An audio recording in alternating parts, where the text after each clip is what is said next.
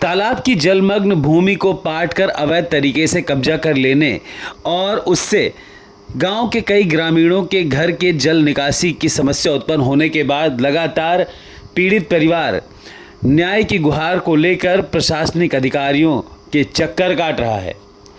मामला कन्नलगंज तहसील अंतर्गत दिनकरिया गांव का है, जहां के निवासी देशराज पुत्र भल्लर के द्वारा जिलाधिकारी समेत जिले के तमाम अधिकारियों को शिकायती प्रार्थना पत्र देते हुए न्याय की गुहार लगाई गई है। शिकायती प्रार्थना पत्र में शिकायतकर्ता देशराज ने बताया कि उनके गांव में गाटा संख्या 102/0.190 हेक्टेयर स्थित है, जो वर्तमान में जलमग्न तालाब की भूमि थी, लेकिन इस तालाब को विपक्षी गणों के द्वारा जबरन पाट कर उस पर कब्जा कर लिया गया है, जिसके चलते गांव के कई लोगों के जल निकासी की समस्या खड़ी हो चुकी है और जल निकासी न होने के चलते गंदा घर का पानी घर के आसपास भरा रहता है। इसी समस्या को लेकर दिनकरिया गांव के निवासी देशराज के द्वारा संपूर्ण समाधान दिवस में जिलाधिकारी समेत उप जिलाधिकारी व अन्य कई अधिकारियों को शिकायती प्रार्थना पत्र देते हुए न्याय की गुहार लगाते हुए जलमग्न तालाब की भूमि को अवैध अतिक्रमण से मुक्त कराने की मांग की गई है, जिस पर उप जिलाधिकारी ने कड़ी कार्रवाई के निर्देश भी दिए हैं। हालांकि लगातार शासन और प्रशासन आदेश पारित कर रहा है कि जलमग्न तालाब की भूमि पर अवैध कब्जे न होने पाए, लेकिन उसके बावजूद कुछ लोगों के हौसले इतने बुलंद हैं कि शासन और प्रशासन के निर्देशों को भी लोग ताक पर रखकर लगातार नियमों का उल्लंघन करके आदेशों की धज्जियां उड़ाते रहते हैं।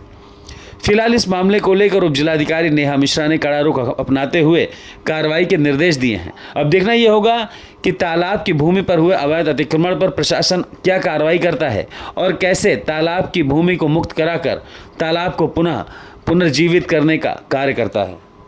क्या नाम है आपका? देशराज, दिनकरिया। देशराज जी कहाँ रहते हैं? दिनकरिया।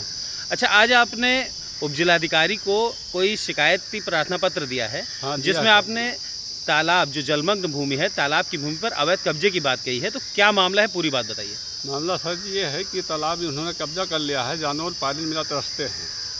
190 ये तालाब है, साहब इसको खाली कराया जाए। हमारा विनती यही है डीएम साहब से कि हमारी गाटा संख्या 114 है, उसमें भी हावी हो रहे हैं, उसकी मिट्टी निकाल के तालाब भी पाट लिए हैं।